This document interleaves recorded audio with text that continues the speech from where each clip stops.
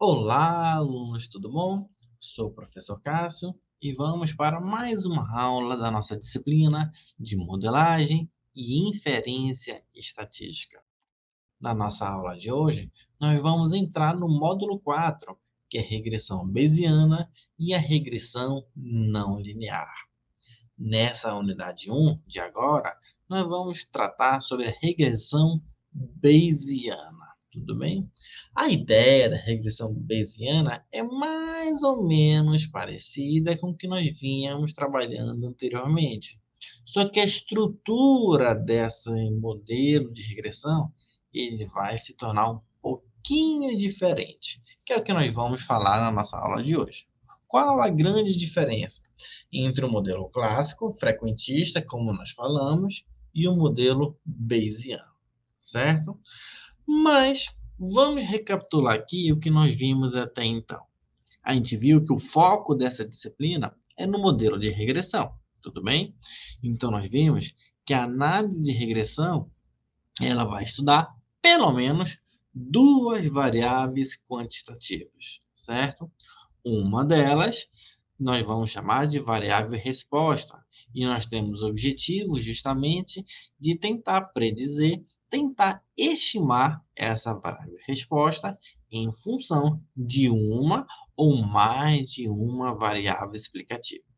Se nós tivermos uma única variável explicativa, nós temos o modelo de regressão linear simples. Se eu tenho mais de uma variável explicativa, nós temos a regressão múltipla. Se a relação entre essas variáveis se dá de uma maneira linear, nós temos o modelo de regressão linear. Tudo bem? É um dos pressupostos. Feito o ajuste do modelo, a gente precisa validar esse modelo. E a gente valida estudando os resíduos, que é a diferença entre os valores observados e os valores esperados. Tudo bem? O que a gente precisa verificar desses resíduos? A gente prefere, primeiro, verificar se esses resíduos são independentes, ou seja, se os dados coletados foram coletados em amostras, em observações independentes entre si. Tudo bem? Segundo pressuposto, é necessário variância constante. Eu preciso que a variabilidade da nossa resposta seja a mesma para todos os valores possíveis de x. Tudo bem? E por último, mas não menos importante, eu preciso que os resíduos sigam a distribuição normal de probabilidade. A gente pode estar verificando esse pressuposto por uma análise gráfica ou por testes estatísticos.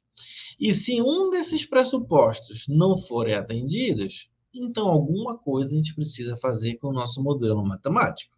Ou eu vou aplicar algum modelo não linear, que vai ser o tema da nossa próxima aula, de modelos não lineares, ou eu posso fazer uma transformação, ou na variável resposta, ou na variável explicativa, ou em ambas. Tudo bem?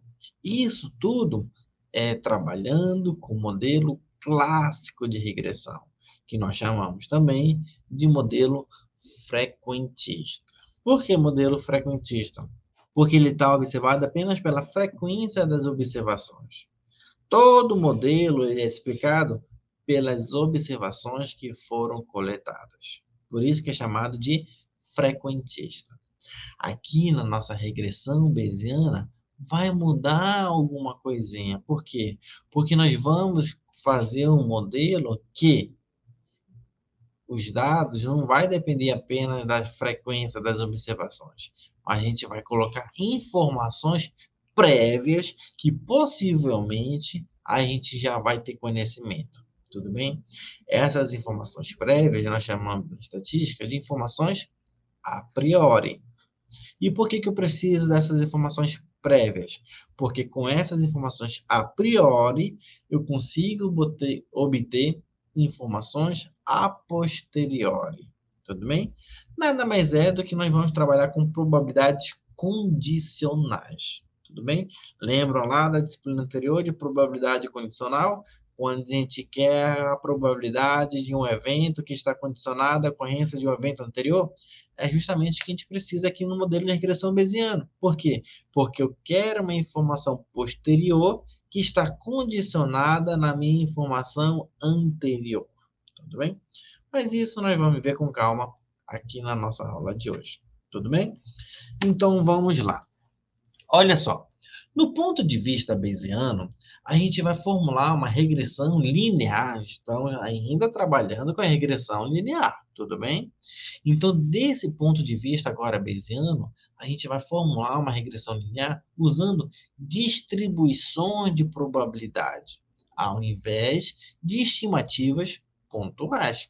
Aquilo que nós comentamos anteriormente. No modelo clássico, no modelo frequentista, a única informação que nós temos são as próprias observações que nós coletamos. Tudo bem?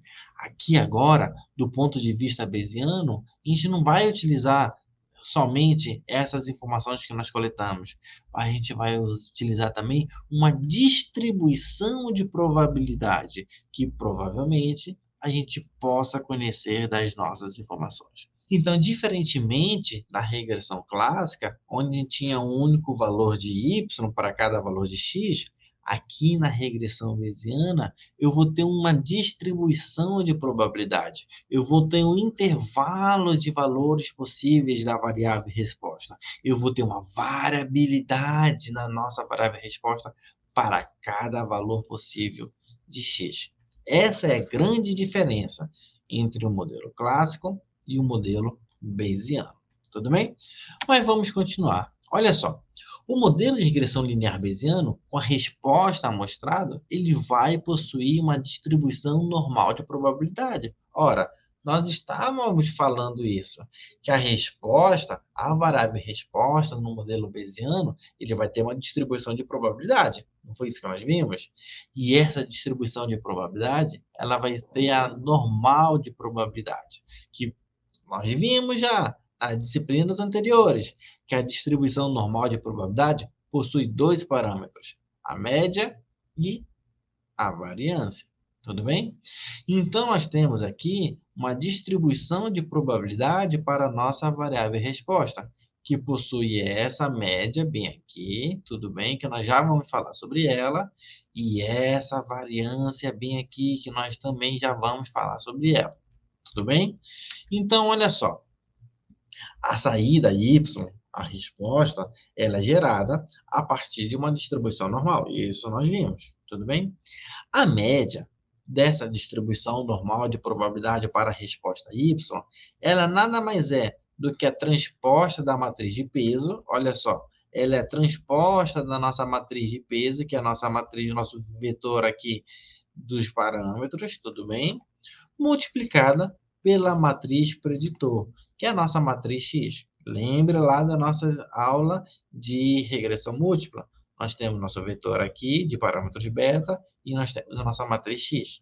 Essa vai ser a nossa média da distribuição normal da resposta Y. Tudo bem?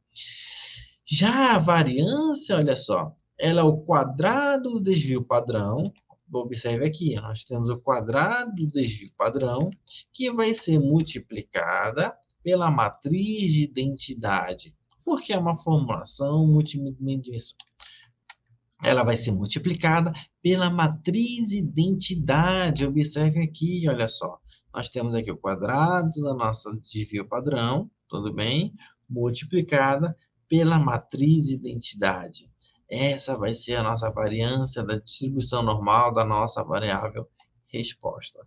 Então, a distribuição de probabilidade da variável resposta vai ter essa estrutura bem aqui. Tudo bem? Tranquilo? Então, vamos lá. O objetivo da regressão bayesiana, propriamente dita que é regressão linear bayesiana, não é encontrar um único valor melhor dos parâmetros do modelo. Por quê, professor? Porque lá no modelo frequentista, além de a variável resposta ser um único valor, eu tenho um único valor também para o beta 0, que é o nosso intercepto, eu vou ter um único valor também para a beta 1, que é o nosso coeficiente angular, tudo bem? Aqui na regressão bayesiana, eu vou ter uma distribuição posterior, ou seja, eu vou ter uma distribuição de probabilidade posterior, eu vou ter uma informação posterior, o ajuste do nosso modelo para cada um dos parâmetros do modelo. Resumindo, eu vou ter uma distribuição de probabilidade para a resposta, eu vou ter uma distribuição de probabilidade para o intercepto, eu vou ter uma distribuição de probabilidade para cada um dos coeficientes das variáveis preditoras. Tudo bem? Então, eu não vou ter um único valor como eu tinha lá na regressão clássica, utilizando os métodos mínimos quadrados. Eu vou ter agora vários valores possíveis para cada um desses parâmetros. Tudo bem? Continuando. Não apenas a resposta é gerada a partir de uma distribuição de probabilidade, mas os parâmetros do modelo são assumidos também com a distribuição de probabilidade. Aquilo que nós falamos no slide anterior. Não apenas a resposta vai ter uma distribuição normal de probabilidade, mas os coeficientes, os parâmetros, também terão. Tudo bem? Essa é a grande diferença entre o modelo clássico e o modelo bayesiano. Tudo bem? E olha só, a probabilidade posterior dos parâmetros do modelo nada mais é do que uma probabilidade condicional. Vocês se lembram lá da disciplina anterior de estatística, quando a gente trabalhava com probabilidade condicional? Probabilidade condicional do evento A condicionado a B. Ele é igual a probabilidade da interseção desses dois eventos, anterior e posterior, dividido pela probabilidade posterior. Você se lembra lá? É a nossa fórmula clássica da probabilidade condicional. E é justamente o que nós vamos ter aqui, tudo bem? Então, essa estrutura bem aqui é justamente a nossa probabilidade posterior dos parâmetros do modelo. Mas nós vamos falar quem é quem aqui calmamente na nossa aula de hoje. Tudo bem? Olha só, essa estrutura bem aqui, probabilidade de beta condicionada a yx, nada mais é do que a distribuição de probabilidade posterior dos parâmetros do modelo, dadas as entradas e saídas. E é justamente o que a gente precisa para o nosso modelo bayesiano. Por quê?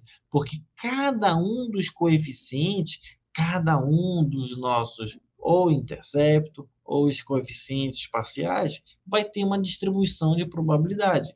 E é justamente isso aqui que nós vamos estar interessados. Como que a gente vai achar a distribuição de probabilidade posterior desses parâmetros aqui? Tudo bem? E essa probabilidade aqui, ela vai ser multiplicada pela probabilidade dos dados, tudo bem?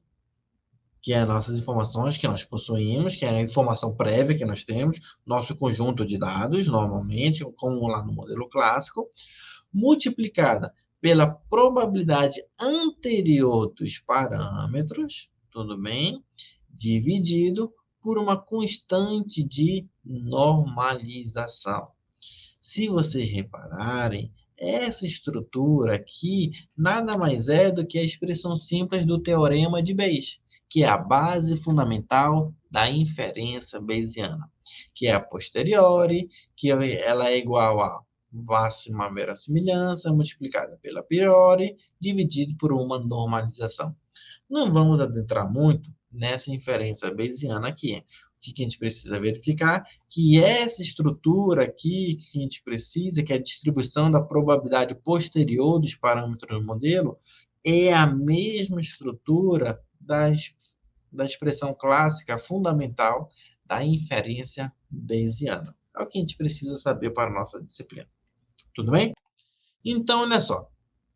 A gente pode observar dois principais benefícios da regressão linear bayesiana comparada ao modelo de regressão frequentista. Tudo bem?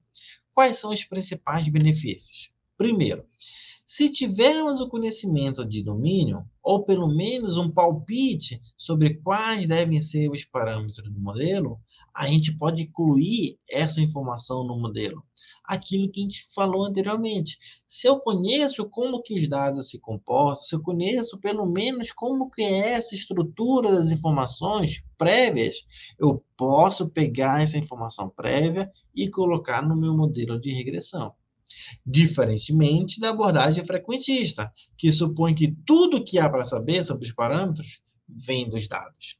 Essa é a grande diferença. No modelo frequentista, tudo está baseado apenas nas observações dos dados que foram coletados.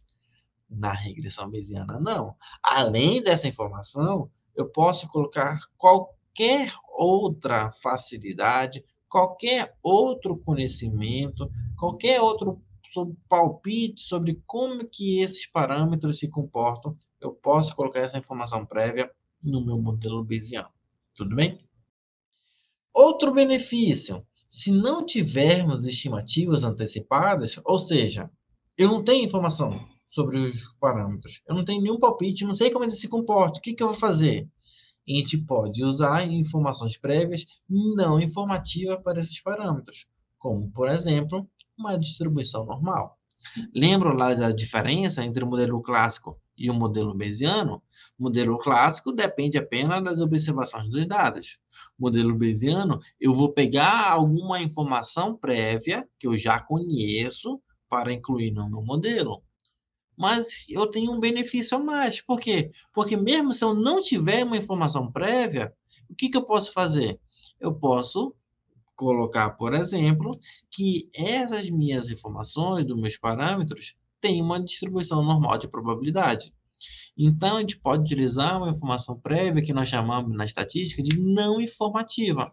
É apenas uma informação geral que eu posso ter nos meus parâmetros. Outro benefício, só que agora um benefício posterior. Olha só, o resultado da realização da regressão linear bayesiana é uma distribuição de possíveis parâmetros do modelo com base nos dados e na informação anterior. Que foi isso que nós vimos. Olha só, o resultado, ou seja, o que eu tenho de informação posterior no modelo de regressão linear bayesiano, além das informações dos nossos dados, vai ter informações também aquilo que eu adicionei previamente. Tudo bem? Isso nos permite quantificar a nossa incerteza sobre o modelo. Lembrem lá, se a gente está trabalhando com estatística, nada é certeza. Então, a gente consegue quantificar o quão incerto a gente tem no nosso modelo. Tudo bem? Se tivermos menos pontos de dados, a distribuição posterior será mais dispersa. Aquilo que nós conversamos também. Olha só, quanto menos informações que a gente tem, quanto menos pontos de dados, quanto menos informações na nossa coleta de dados, quanto menos informações observadas, a nossa distribuição posterior será mais dispersa. Consequentemente, quanto mais informações a gente tiver do nosso conjunto de dados, quanto mais informação prévia nós tivermos dos nossos parâmetros, uma menor dispersão a gente vai ter da nossa distribuição posterior, seja da resposta, seja dos nossos coeficientes. Tudo bem? Na prática, como é que a gente consegue trabalhar com a regressão bayesiana? A gente sempre começa com uma estimativa inicial, que é o nosso ponto de partida, digamos assim, tudo bem? Que é justamente a nossa informação anterior. E à medida que a gente coleta mais evidências, à medida que a gente possui mais informações, nosso modelo se torna cada vez menos errado. Lembrando sempre, se a gente está trabalhando com estatística, nada é 100% certo. Tudo bem? Então, na prática, a gente começa com uma estimativa inicial, que é a nossa anterior, e à medida que a gente vai colocando mais informações, o nosso modelo ajustado vai se tornando menos errado. Como é que a gente pode implementar? Qual é o procedimento para nós realizarmos o modelo de regressão linear bayesiano? Então, olha só, o procedimento básico para aumentar a regressão linear tem 3 passos. Primeiro passo, especificar as prioridades para os parâmetros do modelo.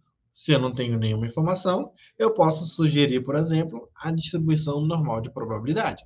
Foi o que nós vimos anteriormente. Se eu não tenho nenhuma informação prévia, eu posso colocar uma informação não informativa, como, por exemplo, a distribuição normal de probabilidade, criando assim um mapeamento do nosso modelo. Tudo bem? Então, o primeiro passo é justamente especificar essas informações prévias. Tudo bem? Seguida, a gente vai utilizar um algoritmo. E na regressão bayesiana, o algoritmo mais utilizado é justamente o MCMC, que é o Markov Chain Monte Carlo, dito famoso MCMC, MCMC, tudo bem? Ele vai desenhar a amostra de distribuições posterior para os parâmetros do modelo. Então, percebam, nós colocamos informações prévias e, por meio de um algoritmo, ele vai desenhar amostras de distribuições posteriores para esses parâmetros do modelo. Tudo bem? Vamos lá. E, por fim, o resultado final será distribuições posteriores para os parâmetros. E é justamente isso que nós temos na regressão bayesiana, e é o que diferencia do modelo clássico. O modelo clássico, como nós falado anteriormente, ele dá um único valor, tanto para a resposta quanto para os parâmetros. Aqui na regressão bayesiana, por meio de informações prévias, a gente consegue posteriormente ter uma distribuição de probabilidade. Tudo bem? E a gente pode inspecionar essa distribuição de probabilidade para ter uma noção do que realmente está ocorrendo no nosso ajuste. Certo? Bora pegar aqui um exemplo aqui de um modelo linear bayesiano. Tudo bem? As primeiras parcelas mostram as aproximações e distribuições posteriores dos parâmetros do modelo. Então, perceba que nós temos aqui, olha só, nós temos o intercepto, nós temos aqui o nosso coeficiente angular e nós temos aqui a nossa variância sigma aqui, tudo bem? Então, olha só, esses são resultados de 1000 passos do algoritmo MCMC, o que significa que o algoritmo desenhou 1000 passos a partir da distribuição posterior. Tudo bem?